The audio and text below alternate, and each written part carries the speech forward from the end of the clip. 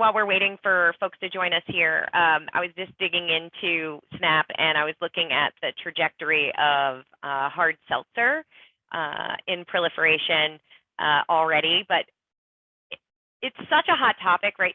Everybody talks about hard seltzer, right? To the point of, is it your first drink in your drinker journey? Like there's an entire cohort of people who grew up and their first sampling of alcohol was actually a hard seltzer.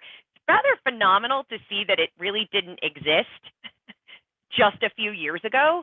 So how quickly something goes from, isn't a thing to hitting on menus and people saying it's their first beverage that they're entering the category with, which I think is super interesting. Does it surprise you guys?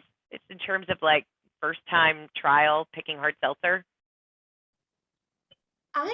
Not necessarily, especially for younger drinkers. I think it's kind of an easy gateway for somebody who's already drinking like a carbonated soft drink. You still kind of get some of that bubbly effect, but I think just seeing how quickly it's grown is insane. Like we knew it's grown so fast, but I think it's just like to see the numbers and to see how it's projected to grow is just absolutely insane to me.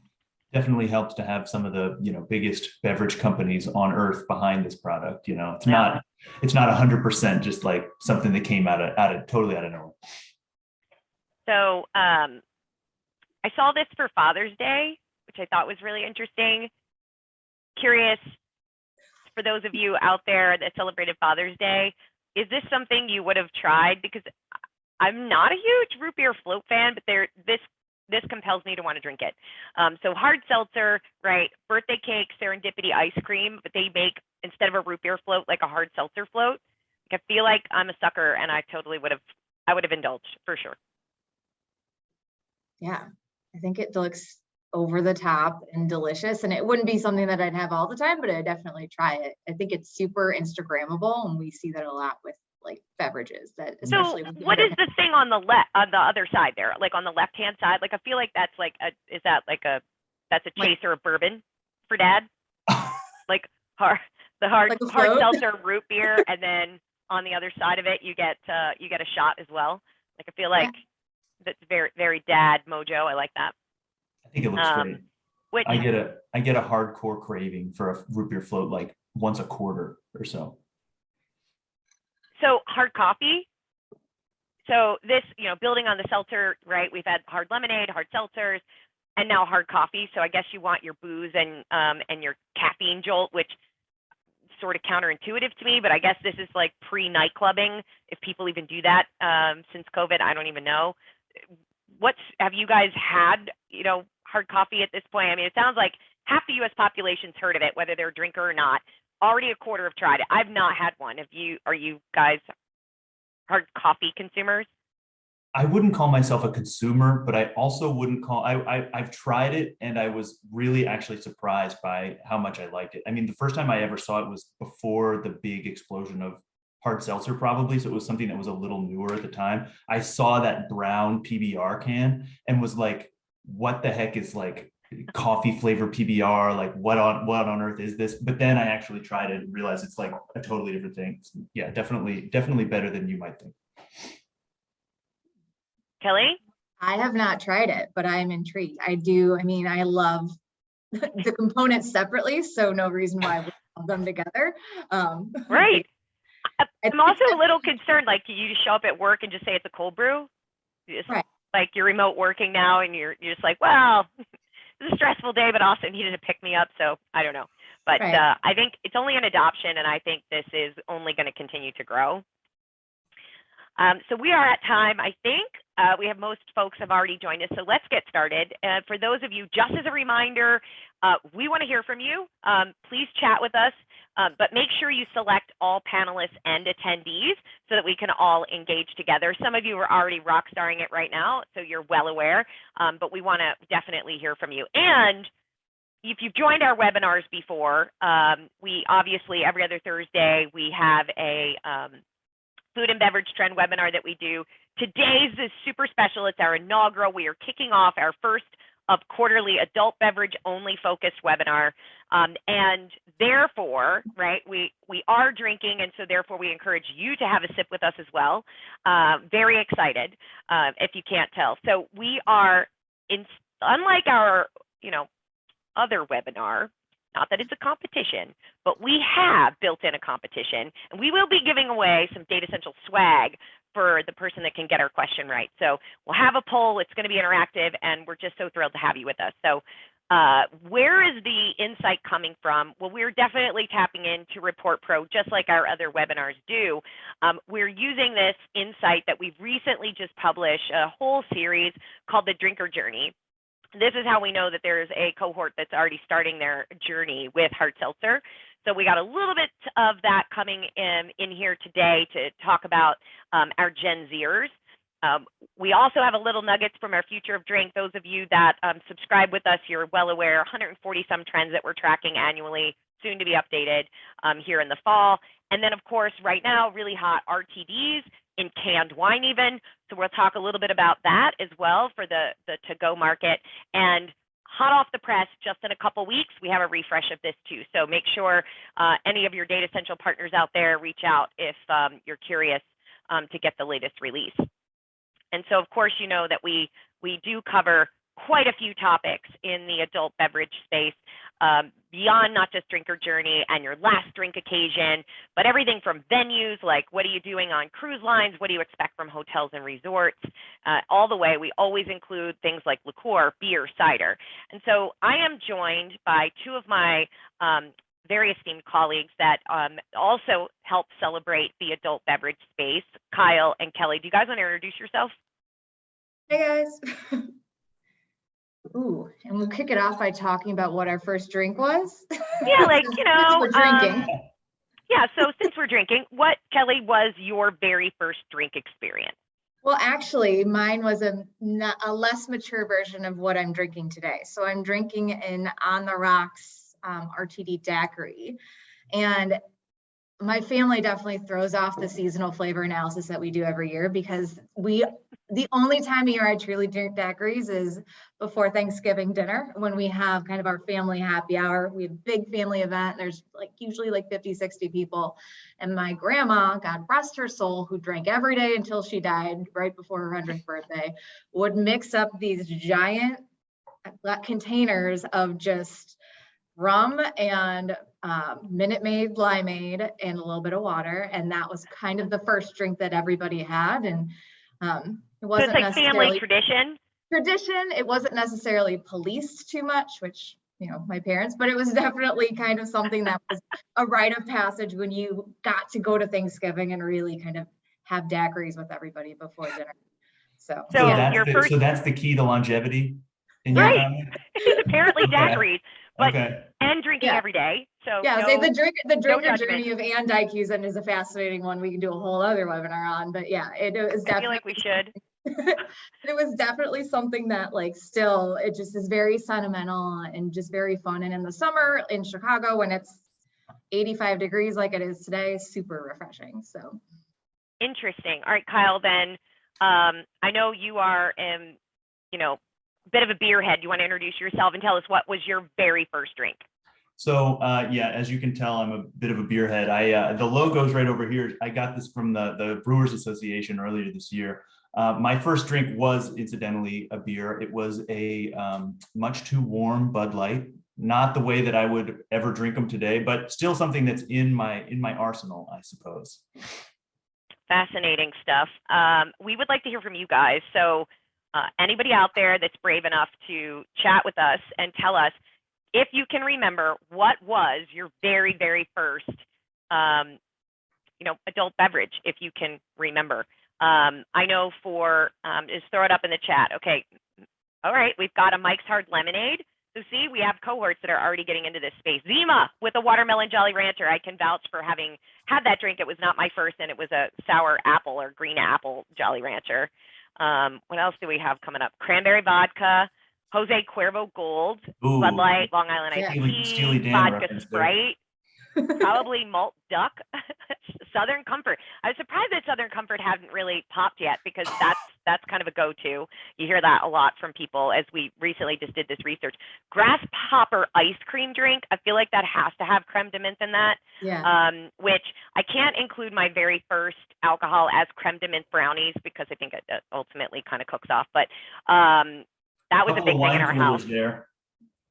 which they Yeah. were consumed regularly, and in my household were the wine coolers for sure, so no shame in that game. My first drinking experience, or I should say my first adult beverage, was also beer. It was chilled, and it was with friends, not family. And let's just say my first experience was not a good one, and it was a race to finish your first beer. So not only had I never drank it before, we were with somewhat older friends, and they were, you know, basically shotgun this beer. And I'm like, I don't know what that is, but I'm going to, okay, like how bad could it be? It ended in misery later. So I don't know if any of you out there, first experiences also found themselves not feeling well, but it took me quite a long time to get back into the beer game, that is for sure. And it's interesting, we've even looked at our research on our drinker journey stuff about the percent of consumers who actually say they've gotten sick, and then to what degree will they still drink that same drink or actually exit the category. And it's surprising that there's a reasonable size of amount of people, I should say, that don't go back. So the drum roll is beer, 43%. This is the highest so far to date in the US among drinkers. 43% say they started with beer. The next most popular were vodka, red wine, and drum roll on the wine coolers. Yes, shout out for the Boone's Farm strawberry. That definitely was popular when I was growing up. And it's interesting to see 65% on average, okay, so maybe not Kyle because it was warm, but 65% on average say they actually enjoyed their first drink. Obviously Kelly, because she's still drinking it today. So most experiencers good, but it does vary by beverage. So the percent who did not like their first drink, so 46% of those that had tried beer said they didn't like it. 37% of those that tried vodka didn't like it. 11% hard cider, 14% hard seltzer, hard lemonade. What's fascinating here is as you get to a kind of a sweeter aspect of a beverage, they're less likely to say they didn't like their first experience. So it is quite interesting to think about, you know, sweeter beverages being more instantly liked. I think that's probably common sense for most of us. So that begs the question of influencers. So if you fast forward to your drinking times now, you know, when you think about what are the primary influencers of what you drink, any guesses, guys, on what you think the number one influencer is on what drink you choose to drink today?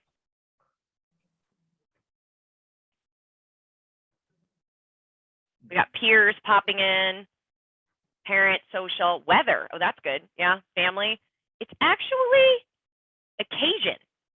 So the type of occasion, yeah, Madison got it. So the type of occasion is by far the first primary motivator, right, or influencer, I should say, on what people are drinking. However, it does seem to vary by beverage type. So outside of occasion, kind of what's the next big thing? So we have hard seltzers and lemonades, and it's people you're with. So for a hard seltzer and lemonade, yeah, sure, the occasion, but it's also the people you're with that influences whether or not this is what you consume. So here's our competition. So get ready on your chat.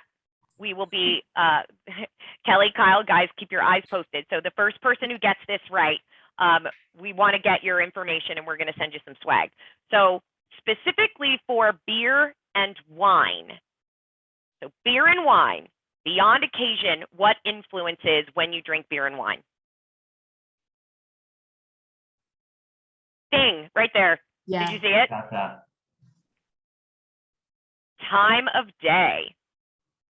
All right, so I think the first one I saw come in was Zach. I think you crushed that literally. Seconds away from Kelsey getting it, as well as Kristen. So Zach, what I want you to do is, and I know I told you to chat with everyone, but if you would, change everyone to Kyle and shoot him your email address. We'll get your contact details and we're going to shoot you some swag. So thank you everyone who participated.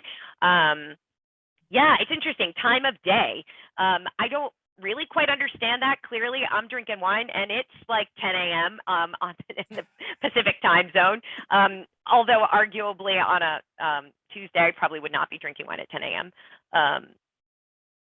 For spirits, I want to share this because it is quite complicated. We don't see this for other beverage types. So spirits, not only is the occasion drive what they drink, but they're influenced by the price, the location, people, and time of day. And now, whether or not they're alone versus with a crowd, or whether it's high priced or low priced, et cetera, all those details we have looked into with our drinker journey. But it's just interesting to see that, you know, people you're with for seltzers and lemonades, people on the spirit side, but for beer and wine, it's occasion and time. And so I think that's something interesting as we keep in mind our marketing efforts and our menu placements in terms of the types of establishments that we are promoting our products. So why do I drink what I drink? I think that's always a good question.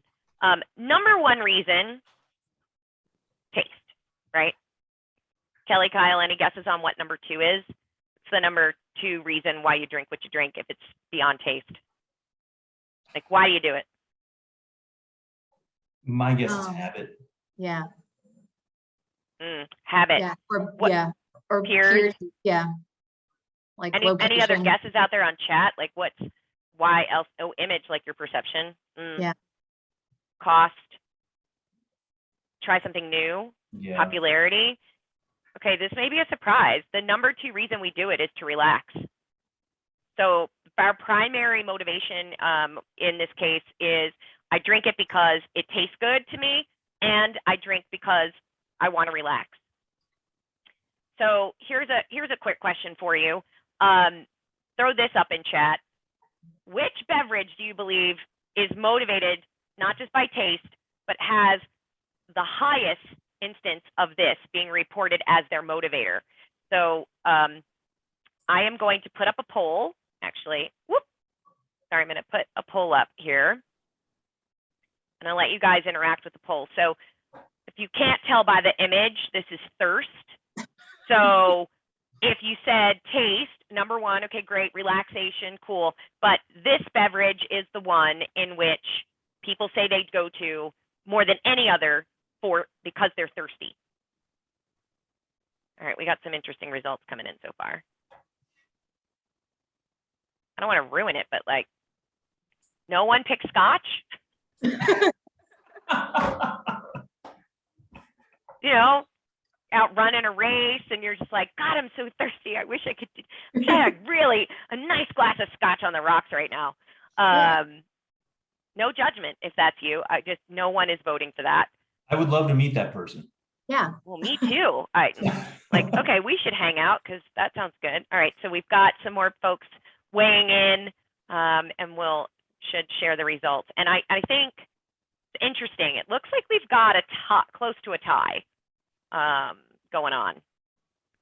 All right. I can't see the results. I'm going to end the poll. Yeah. And share the results with everyone. So, sorry, we have to scroll.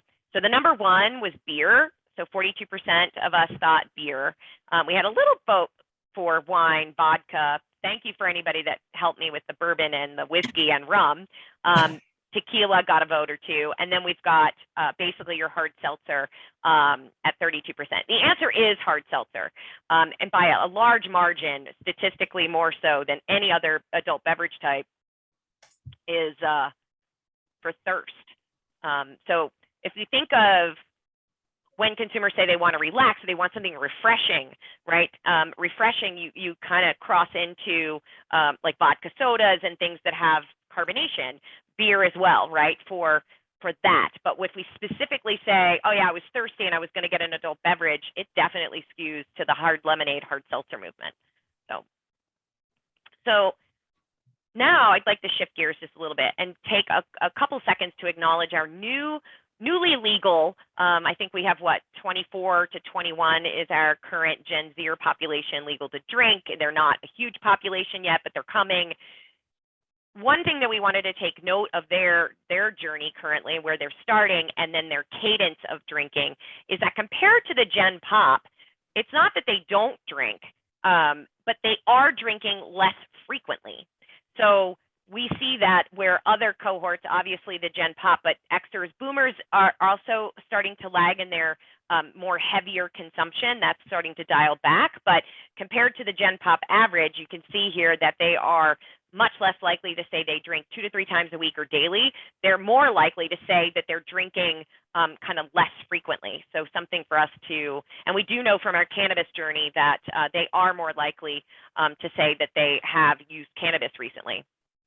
One question on that, Colleen. Do you know what a similar thing looked like for millennials years ago? Like when millennials were roughly the same age, I wonder what that looked like.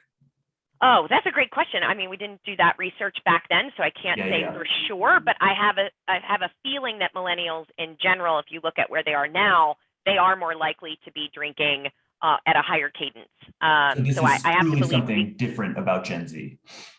I think so. And also, I love this. Kelsey, thank you for the shout out. And yeah, Jane says, yeah, they're just enjoying more weed, which there is some of that. It's not as significant as you might think, but it's, you know, they'll drink more often once they have kids.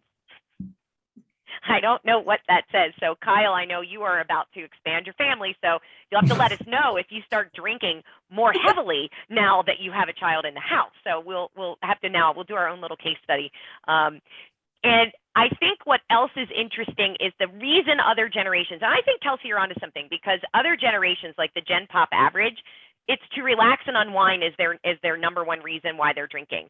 Well, it's not that that's not number one for Gen Z. It still is the number one, number two reason. However, it's much less among Gen Z. They are way more likely to say they're doing it because they want to loosen up, because it's a beverage that they trust and know. It's a safe bet. I can find it everywhere, so that's why I drink what I drink. It's habit, or I drink this particular thing because it's when I'm going to have more than one. So they are much more likely to say those things than the average. So I think it is their current motivations at this life stage are just a bit different than those older. So if we think about your generation, right, you're just getting into the space, begs us the question about those cohorts that are older, more mature, have had time to kind of grow their education, right? So we've asked consumers, self-defined, right, or self-identified, I should say, if you pride yourself on being knowledgeable and an expert about what to have and where to go, then we classify you as a connoisseur. And, you know, why do we care about connoisseurs is that 61% of them drink several times a week and 1 in 5 daily. So these connoisseurs do tend to be our heavier consumers, if you will, regardless of what they're connoisseurs of. And so I don't know, Kyle, would you say, are you a connoisseur of beer? I would say that. I would self-identify as a connoisseur, I think. Kelly, what about you? Like, are you besides daiquiris, are you a spirit or bourbon connoisseur? Like, what's your thing? I would say definitely. The older I've gotten, the more interested that I have become in learning about what I drink and where it comes from and the processes behind it, the story behind it. I mean, this is Datassential food with a story. So I think that makes that much more interesting to me. And especially, like, I want to be more knowledgeable about what I seek out and make sure that I'm actually getting something that I like. So at what age for you did that tip, do you remember like when that tipping point occurred where you started to say, yeah, I really want to spend my time kind of learning about this stuff, or I'm really into it? Yeah, I would definitely say like late 20s is probably when it hit. I had a little bit more disposable income, so I wasn't necessarily drinking the cheapest thing, and kind of my motivations for drinking changed from just kind of, you know, drinking whatever, going out all weekend with friends when I was younger and in college, to actually, you know, being able to relax and unwind with something that I enjoyed that really tasted good and tasted like what it was supposed to taste like too. I think that was something that came the more kind of I was exposed to different things, just understanding that there's a difference between like a quality spirit and then just like a mass market spirit, knowing kind of what those flavor profiles are. Well, I can tell you, I don't remember exactly the age.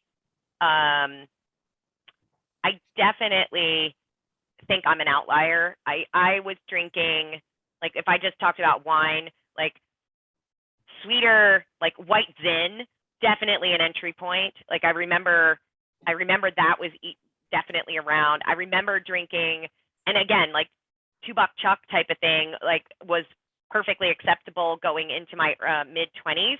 And I remember, I think in my early 30s, there was like an Italian market that my husband and I lived near, and you'd go there and they'd have Primitivo and they'd have all of these Italian varieties, but they had a ton of these wines that were under $10. So the under $10 thing, but as a way of exploring these varietals, definitely got me interested. And it wasn't, I think, until I took a trip for work, I think, back out to Napa, and there were like wine tasting like tables where you got to sample, and I was like, huh, I kind of get now why people might pay over $45 for a bottle of wine. This tastes significantly different than what we drink. And definitely income, I think, around wine, that definitely, you know, your income goes up. But so for me, getting into wine was definitely late 30s, where I was kind of growing my knowledge base. But Kyle, like, you started with beer and you still love beer, all things beer. Like when for you did you become a connoisseur? So I'm not an exclusive beer drinker, but it's definitely my go-to. I mean, me and my roommates were brewing beer in our house in college. Like we were, right when we were 21, we were messing around with some of that stuff. And I think maybe more so than wine, like a really great beer is only a couple dollars more than a pretty mediocre beer. So it was maybe an easier entry point for us at that time. And I mean, it's just the industry has it's just changed so much since then. And it's been interesting to watch over the years. You said something that I'm confused. So go back a minute. Did you say you were brewing beer with your roommates? Yeah. Like in a dorm room? No. We were okay. So I'm like, what was it? The common tub? Like, I don't understand. Well, like, where were you doing this?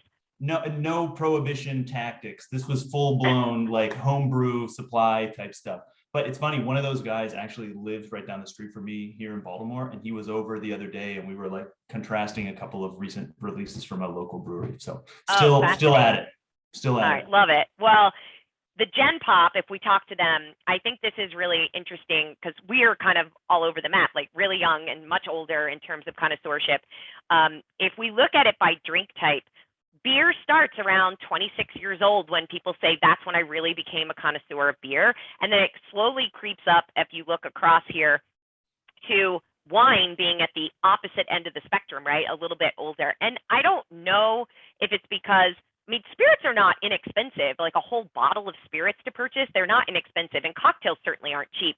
But I do think there's some, you know, you don't drink the entire spirit bottle. I don't think you drink, well, some maybe do, no judgment, in one sitting like you do wine. And so I think there's this financial piece, absolutely. And also I think wine is really complicated. We don't make it very fun and easy to learn about, whereas spirits, I think, have done, similar to beer, they've done a much better job, say, recently coming out with the story, like you mentioned, and also like interactive labels and cool stuff. So if we were to take like, oh, sorry, go ahead. I think operators have gotten a lot better at describing wine in a way that normal people can understand in recent years. But for sure, for me, 5 years ago, I was very much even still like kind of, you know, I bamboozled by these wine menus. I couldn't really understand them, and I just didn't order it. You weren't feeling craveability around cassis and leather and dry leaves and something about, I mean, honestly, now, I mean, I love notes of barnyard in my saisons. Oh, wow. I don't exactly know what to expect from that in a white wine. That's like a white pepper term there. Enthusiast, so like the next rung down, right? So you wouldn't go as far as calling yourself a connoisseur, but you would say, we put them together. Here are the top three. So beer, red wine, and then vodka, whiskey, or tied are the categories of adult bev that have the highest % of enthusiasts and or connoisseurs following them. So again, they are the categories then that have higher instance of daily, weekly consumption going on as well. So what beverage do we think has the highest exclusivity rate? You could just throw it up in chat. So of all the different, you know, categories of adult bev, what do you think? And by exclusive, this is consumer reported saying, literally, it's the only thing I drink, right? Like if they don't have X, I'm not drinking. So we've got a lot of scotches, a lot of scotch, sake, wine, whiskey, got a bourbon shout out there, got a red wine shout out. Maybe the people who are diehard, like exclusive scotch drinkers, they're just really loud about it. I don't know. This is interesting. So far, I haven't seen the right answer. It's beer. We have way more consumers out there. And again, this is a small total, but of like exclusivity, what we discovered in this research was there's not a ton of consumers who are like exclusive, like all or nothing. This is the only thing I drink, hands down. But beer is the one category that has the highest percent of consumers saying they do exclusively and only drink beer. So this begs a question. So Kyle, being a beer head, and you're not exclusive, but if you go to a restaurant or like a bar, whatever, and club, you go out, you look at the menu, they don't have a beer that is interesting to you, or I guess they don't have a wide selection perhaps. What do you do? Like if they don't have beer, like what do you do instead? So if I'm at a sit-down restaurant, I'm mostly going to go to a cocktail instead, just because I feel like there's more value there. If there's kind of crummy beer selection, or it's just, you know, one of those places where there's 6 beers and they're all $9 or $10 each, I'll probably just go with some interesting looking cocktail. What about you, Kelly? Like if you don't see their spirit brand, or you don't see like you're looking at the cocktail menu, have you ever encountered an out of home experience where there wasn't a cocktail that you couldn't like fall in love with instantly to order? Yeah, I feel like I would, well, I do, like if I'm out at dinner with a group of people, whatever, like I'll start with a cocktail and then switch to wine. So it might be the kind of thing where like I can always find a wine that I like, or something that comes close to a wine that I know I like that I'll try. Okay. Yeah, I think that's kind of the other like beer would probably be the last thing that I would switch to, but I'm kind of like Kyle, like I'm not super picky in terms of, you know, I feel like I can always find something I like on the menu, but if I can't, then I will definitely ask, you know, the bartender asks the server for something that kind of follows a certain flavor profile or highlights a certain brand. What do they recommend? I think especially with cocktails, like that's kind of the thing in spirits too. Like the server and the bartender really kind of have to be that guide and explain and educate, just like wine. Which is super hard right now with labor shorts, right? And just kind of turnover. Rod said he'd order water, and he's not the only one. So 58% of drinkers would switch to say, I'm a beer, I don't see the one that I normally go for or that I like, I would just switch to another type of beer if my preferred wasn't there. 8% would order water, basically. They would not engage at all. And I know that's not a big number, but if you think around up, like 10% of people who don't see something that is their preference exits the category altogether in that dine out experience, that's compelling to pay attention to, I think. Obviously, you can't menu everything in the world. So then with that, where would they go? So this is what consumers report. So if these are the whole list of all the categories. If they preferred what's here, where do they go instead? So the next best option, and I think this is fascinating, red wine drinkers who don't see a red wine that either is something they know or maybe they just don't even notice, they don't have a good service, right, to point out one that's like the ones that they prefer, they would move to either spirits, liqueurs, or beer. So they would exit wine and hard right and go for a completely different category. White wine, sparkling blush, beer, and hard seltzer all move to spirits, which I think is fascinating. Hard cider would shift to a beer. Vodka, bourbon, scotch would go to a whiskey. We have gin that would go to whiskey or vodka, and then all others would go vodka. So I found that to be pretty interesting. It's not a big shock. I think what's confusing or interesting to me, I guess, I don't know, aha for me was that bourbon would go to whiskey, but whiskey would go to vodka. So like scotch bourbon drinkers would go to the whiskey category, but whiskey says, forget about it, I'm going to go to vodka. So I think that really kind of blows up some of our hypotheses about how to organize a menu and thinking about how to guide like training. So if servers are saying, oh, if you like red wine, well, let me show you our white list, they'd be much better to talk about, say, a spirit cocktail or one of their beers, which I'm not so sure that that's an obvious connect. I think they think, oh, if you're in the wine camp, we'll just push you to a different type of wine. So what are we drinking now? 80% of consumers who drink are drinking beer, and all the way on the opposite side of that scale would be just under half are drinking scotch. And I think we all know in the US, the gin scotch area is still a bit of a struggle for consumer adoption here versus say over in the UK. Obviously G&T is blowing up and we see that starting to emerge here.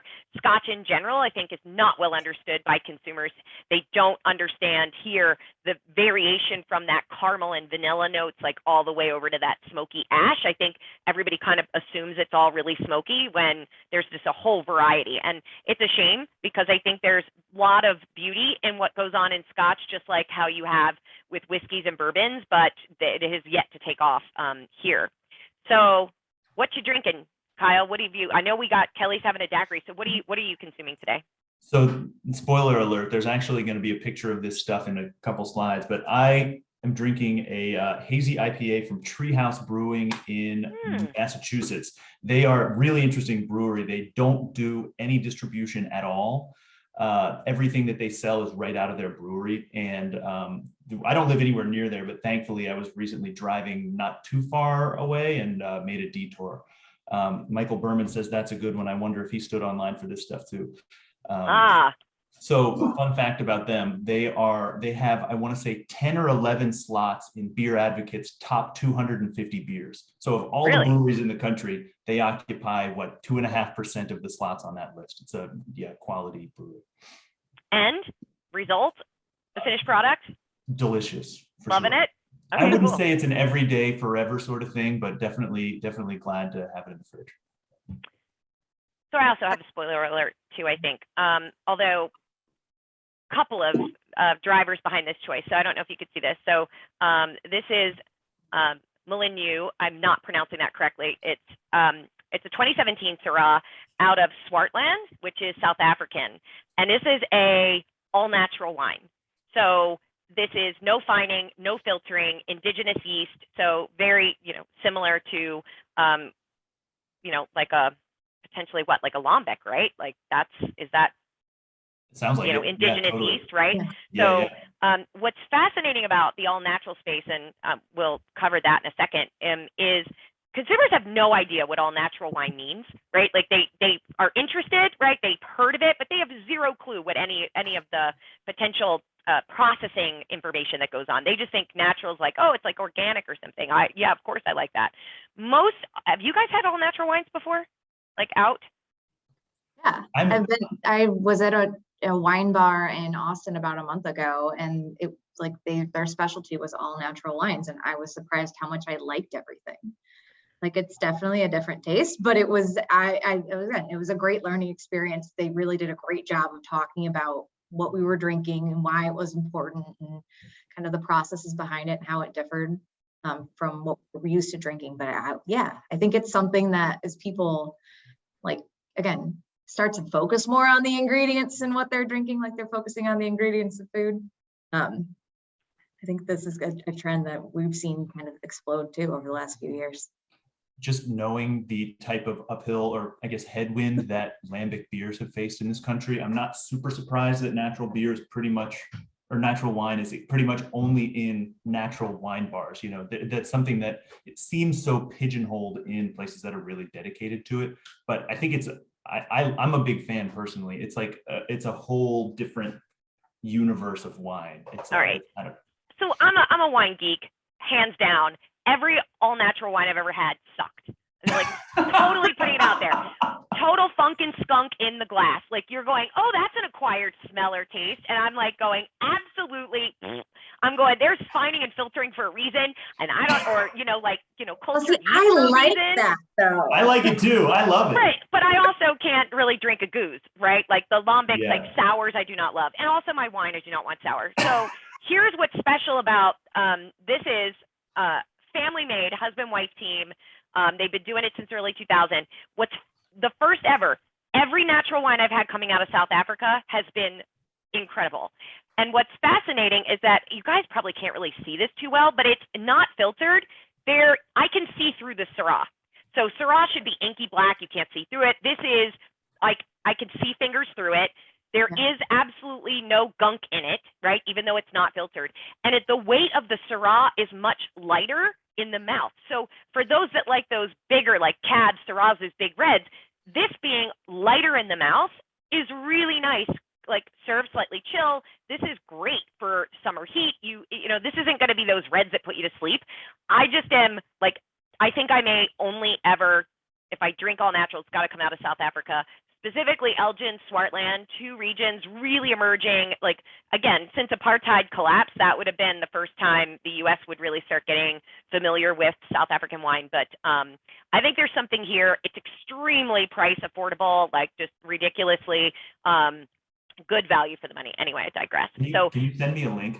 Yeah, I will. I'll send this to you because, so I stumbled upon these doing some research a long time ago, and they're very inexpensive. You can get them online if your local doesn't have it.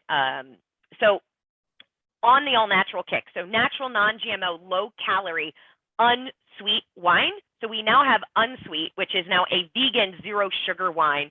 And I get this question all the time, like what makes a wine vegan? I thought, like it's grapes, right? And it's like, yeah, but it's kind of that finding material that they choose. So that's what's going on here. Here's my all natural wine. 64% of consumers are interested, but I would tell you that if they're not like you two, they may have a bad experience and not go back. But if they're using really good, clean practices, it should be a really different experience that can be quite delightful.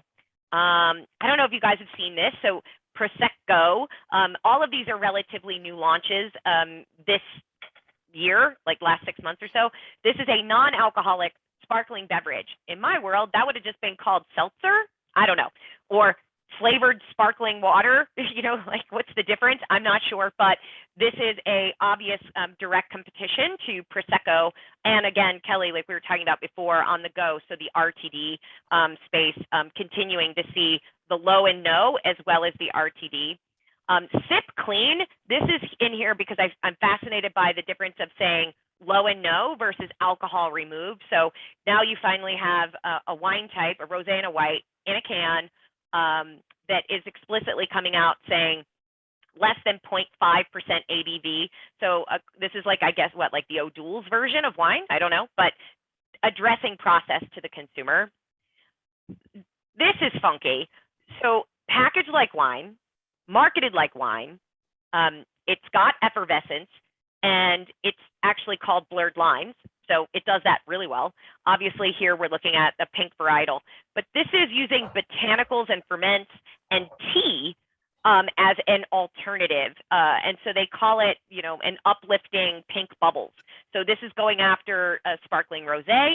The brand is called Spark. So super interesting to me. I've not yet tasted this, so I don't know if any of you out there have had it, but I'm curious for sure. And then getting into summer, this is really, like, there are wine heads out there who are cringing at this slide. And I get it, but I also am thinking, like, high five. Main and Vine come out with lemonade stands line of lemonade, strawberry lemonade, rosé, Moscato lemonade. They are leaning heavily into the same way we see our spirits, like the ginless gin, like lemonade gin, where they're leaning into these fruit-forward, crisp, refreshing, perfect for summer. And also, like, here we got a Pinot Grigio actually marketed as summer-made. I think screw caps, super easy. I would imagine we'll see RTDs of these as well coming out. But I thought, why not highlight that and note that they have like an ice cube logo.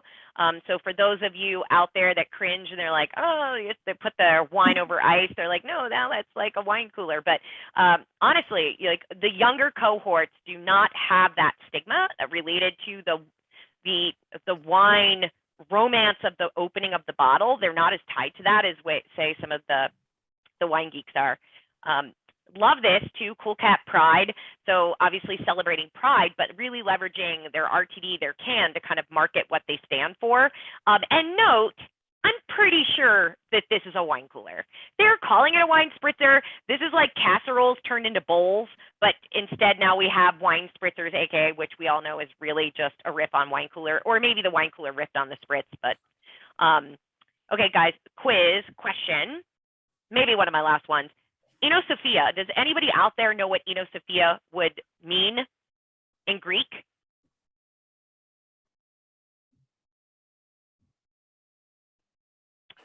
No, thank you for that. Yeah, Sophia's wine, wise. Jessica got that right. Yeah, Sophia means wisdom in Greek, and Eno is obviously wine. So this branding is wine wisdom. Their goal is to educate younger consumers, and I don't mean by age, but like younger wine consumers, as in uneducated about wine, maybe just kind of getting into the game at any age. So they've got two different interactive labels. The one on the left there has the buds, the earbuds there, because they have a music list that you can play while drinking it that's supposed to enhance the drinking experience. I'm not sure what that means. Like, I don't know if it makes you want to dance or if it makes you want to zen out. And then the rosé actually shows you, when you use your phone, like other really top important and popular rosé regions for wine. So like small nugget burst, interesting, interactive, give you a little bit of education, but also enhance your experience. I think this is brilliant marketing. It's one of our ways of bringing wine into that more fun space. So Kyle, let's talk beer. Finally. I know. So first thing I want to talk about is session. And session, for anyone who is unfamiliar, is a beer that is designed to, something that you're supposed to be able to drink a couple within a session and not be hammered. So typically the kind of unofficial rule, maybe someone in the chat knows actually if there is an official rule. As far as I know, the unofficial ABV for a session beer is around 4.5%. You see a lot of IPAs, sours that are under that level that they're calling session. So right here, we're looking at menu penetration for the past decade. Saw really solid growth at the beginning part of the decade, took a bit of a hit in the COVID era, but we do think it's going to bounce back. I think it makes a little bit of sense that this is something that would be removed from menus in this time period, just because honestly, the session occasion is probably not a time when people are in restaurants, more of a bar late night or at home at a barbecue on the beach sort of situation. Definitely for the summertime, a lot of sessions going on, just not on restaurant menus at this moment. We do think it's going to bounce back though. Michael, thanks for the tip. Not a legal term, it's marketing, makes sense. So on the flip side, if session is kind of on the way up, lower ABV is on the way up. On the flip side, we've seen a lot of classic, dark, heavy styles really going away from restaurant menus. So just within the past 4 years, huge declines for Russian Imperial Stout, barley wine, strong ale. These are things where beer heads, you know, like the guys with the big beards that, you know, that are hanging around in breweries, they're lining up for the big wax dipped bottles of Russian Imperial Stout. Certainly there's a place for this within beer culture moving forward, but right now it's not something that operators are taking a gamble on their menu. Everybody has their session. This is just something that I just in doing this research found. Everybody has their session beer today, but session is a state of mind. Colleen, could you skip to the next one? Yeah. I was laughing at Ryan's comment. If you can't chew it, you shouldn't drink it style of beers. Yeah, exactly. It's like maybe there are a couple of foods that work really well with that, but not necessarily something that I want to have with dinner. It really overpowers whatever. Well, actually works really well with dessert. But here's the example for session as a state of mind. 8%, 8% session IPA, pretty funny. Couple other funny things going on in beer right now. We don't have data on this yet, but pastry stouts being anything like, in this case, a cinnamon bun stout. We're seeing stouts that have Lucky Charms marshmallows in them, things that are, it literally tastes like a churro. Again, getting back to styles of beer that you can chew. These pastry stouts tend to be really high in sugar, probably like 850 calories a can. You had me all the way up to that point. Well, they then look I'm great going, maybe I just wanted to eat the cinnamon roll. Then I don't know. Yeah, I tend to let these sit in my fridge a little too long. That's just me. And this is actually Treehouse Brewing. So this is that place in Massachusetts. Since they don't do any distribution, they had huge lines in the COVID era. And I think this is what a lot of beer heads have been doing over the last couple of years. Whenever there was any kind of hyped up release, something that we've seen a lot of in the Instagram era, breweries getting a lot of hype on the gram, and then way too many people show up to actually get those bottles, whether they're drinking them themselves or shipping them around the country to their friends. But definitely a lot of this going on, unfortunately, around. This is not a judgment, pure observation. You mentioned the gram. I am looking at the cohort standing in this line, and I'm like, really, do we think they're on the gram, or do we think that they have relatives or somebody that told them about it? Because there are clearly a more mature audience standing in this line. And I would have thought for sure millennials and younger. Like, I am surprised to see so many more mature consumers standing in line for a release. So I think it's a certain type of person that has the patience to wait literally hours for a case of which beer. I'm going, okay, Xers are probably not represented. Like, I don't know that we're patient enough for anything like that. Here's That's a fun amazing. one. Harpoon, which Harpoon teamed up with Reebok for a kind of dual beer shoe drop earlier. These are two things you have to wait online for if you want to buy these days. Hyped up beer, hyped up sneakers. The Yeezy effect, right? Right. Second Chance Lager here. This is something in San Diego, but it's something that we're seeing all over the country, which is beer releases where some percentage or all of the proceeds are going toward some kind of cause. And this is something that we've been tracking across the food and bev business for a couple of years now, this idea of eating or drinking for a cause. People are definitely interested in this, and breweries have been getting involved in all Come kinds on. Like, if you're going to tell me I'm like contributing to society in a good way by drinking more wine, shucks. Right. Sounds terrible. Here's That's my what money. I needed. More motivation. This is a fun one too. Chili lime watermelon cider and passion fruit cider. I think Austin East ciders may be like hacking their way into Snap or something, because if we were making cider, like based on just the stuff that's trending in our tools, this is what they would look like. Totally. The cider space, you have a little bit more room to use these fruity flavors, I would say, than in beer. So interesting to see what folks are doing down in Austin. Really cool labels too. Mexican lager. So here's one from Ska Brewing. I don't know what it is with the like ska music genre and beer heads, but there's Ska Brewing. A lot of breweries use equipment made by ska fabrication. Something about the punk guitars and the trombones that they just love in the beer biz. But if you skip to the next slide, the whole Mexican lager thing has really been taking over at every level of the beer industry. So we have Stone, Oscar Blues, Firestone, big name breweries that you can get all over the country. Athletic Brewing, the non-alcoholic Cerveza.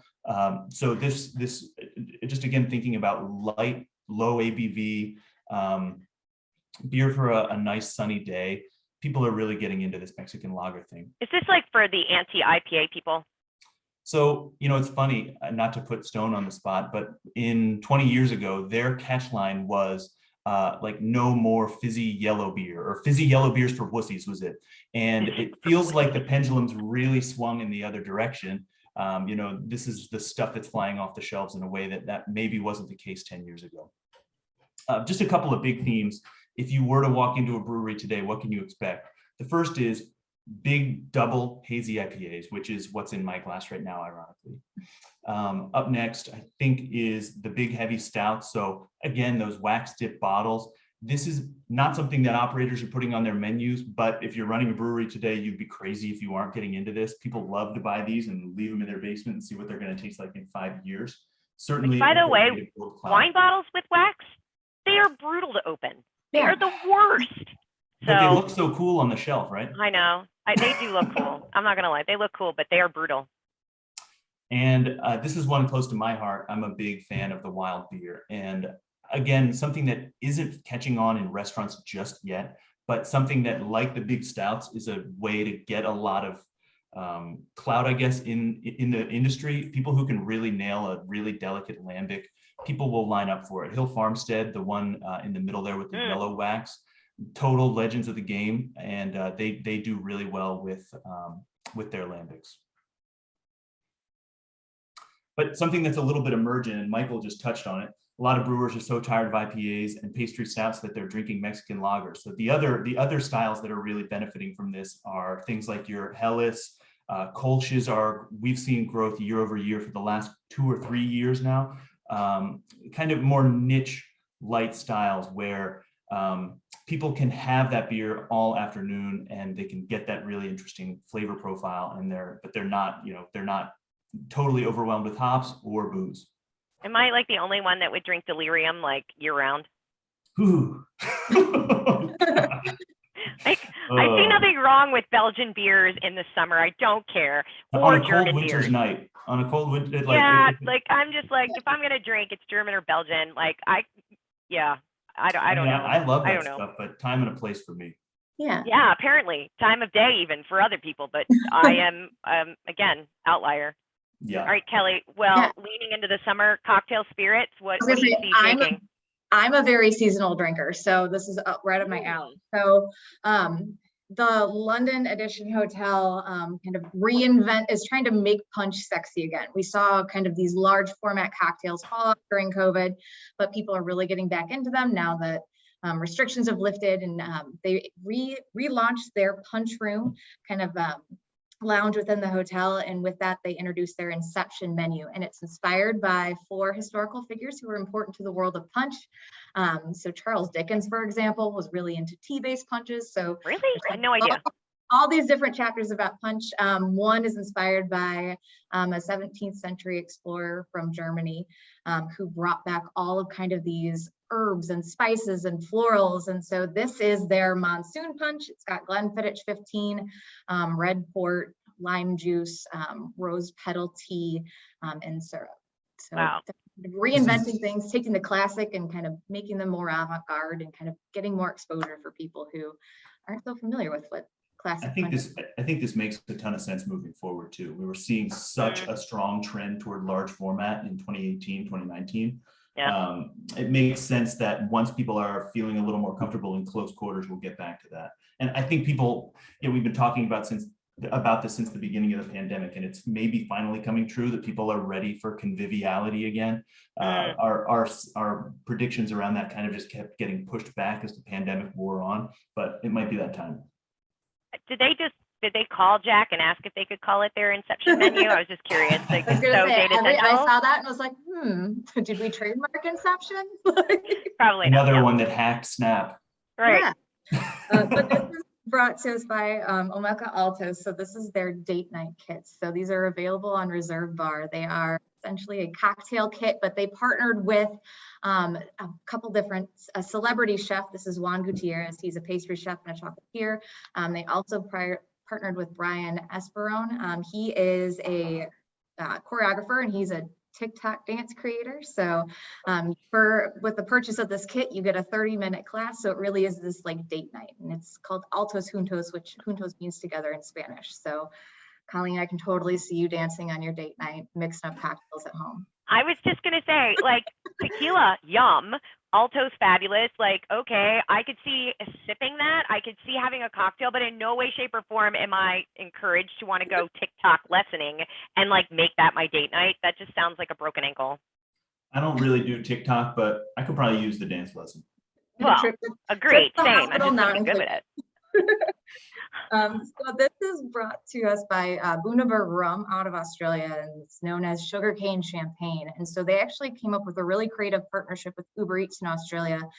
This is their Maison de Bundy Blanc de Cane. It is a mixture of their white rum and ginger beer. Available from Uber Eats in 3 locations in Australia, and just like looking at the packaging, I think is gorgeous. It's so definitely champagne inspired. It even says Uber Eats Vintage 2022 on there. So just something really kind of creative and fun and different that definitely had that opportunity to go viral in Australia. Speaking of rum, so this is from Chicken Cock in Kentucky. This is their Island Rooster rye. Was inspired by a trip to the Caribbean, and if you've ever been there and been woken up at the crack of dawn by a rooster, you probably can identify with them a little bit. But so they took their Kentucky straight rye, aged 25 barrels of it in Caribbean rum barrels, so you get a little taste of kind of the spice that you get with the rye, but with some of that like sweet molasses flavor of the rum. So is this like your intro point, do you think? I mean, my guess is the price is not, but that like if you are trying to get into whiskey or just experiencing it, leaning into that kind of sweeter profile, do you think this can tip people in, or is a good kind of lower barrier to entry? I think so, because I think rum is especially one of those spirits that we do see that's a little bit more friendly for consumers who aren't so experienced. This is about $200 a bottle because it is kind of that limited edition. So probably not getting new people in the category, but something like this might be. So these are Brown-Forman's up or over cocktails. We see kind of, they highlight a couple different things, not only just that classic cocktail type, but really leaning in with some of their more premium brands to kind of speak to the quality and the ingredients of it. Like they partnered with their master distillers and mixologists to create these So again, kind of that easy to go, on the go format. I don't have to mix it up. I don't have to have all these ingredients in my home bar, and I can still enjoy it, and I can get a good understanding of what this should taste like, as opposed to somebody who's not experienced trying to mix that up. That's a great point. You get a little bit of leverage with this, I think, with those connoisseurs who historically would look at something like this and be like, this is not for me. Like, I am educated, I know the category, I know what I like, but when you're calling out some of those premium brands and premium ingredients. Yeah. I'll say, just anecdotally, as someone who is a connoisseur of a different category, something like this is a nice entry point for me, because like, I don't really want to just buy some anything, but this gives me, okay, a little bit of confidence. I know what I'm getting. Yeah. This is my entry point. Yeah. So switching from that beautiful apothecary-like packaging of that Island Rooster into the adult Capri Sun. So these are Mizo's hard lemonades. They actually really just launched like in the last week. They're 4 flavors: original lemonade. Again, I think there's mango passion fruit, blackberry lychee, and white peach. 10 ounces, 4.5 ABV.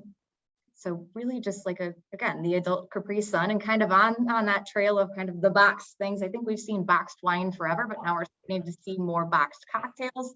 Again, I think when you do kind of this, you have to call out the quality of the ingredients in it, especially if you're trying to attract consumers who might see that packaging and kind of recoil a little bit at it. But it's definitely packaging that's much more eco-friendly, processes that are eco-friendly, and especially when we're having shortages of glass and aluminum, this is a creative solution for that. And it's kind of talking more about RTDs and some interesting ones we've seen. This is Picnic Brunch. This was actually launched by 3 friends who lived in New York City in 2017, and their favorite weekend hobby was going to the park with their families and their kids and their dogs and picnicking. But by the time you wrangled your kids, wrangled your dogs, and tried to mix yourself a good breakfast drink, quality just wasn't there. So their Picnic Brunch line includes mimosas, bellinis, and Bloody Marys.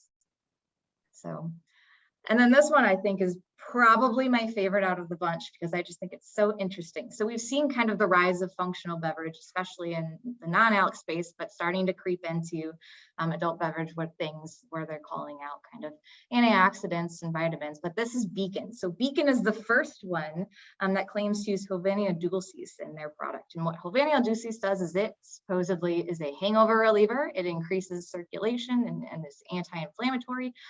The founder of this brand is an avid golfer, and he found that as he and his buddies played golf, the more they drank, the worse they played. And so he wanted to come up with a drink that would let him and his friends enjoy the round and play well, but still, you know, be able to indulge a little bit in some of their favorite drinks. So, and Moscow mules and Mai Tais. Well, that's awesome. I think no matter what I drank, my game would be bad and just get worse, even with a functional beverage. So love that. Well, this has been super fun. Thank you guys for hanging out and having a drink. For those of you out there, I know we're at the top of the hour. We all want to send you a cheers. So thank you very much for joining us on our first chat. We will be back again in September, so keep an eye out. We hope you register and come back to talk to us. Reach out to your Datassential partners if you have any questions. This is recorded. We will have the slides available. And with that, we wish you a really happy 4th of July.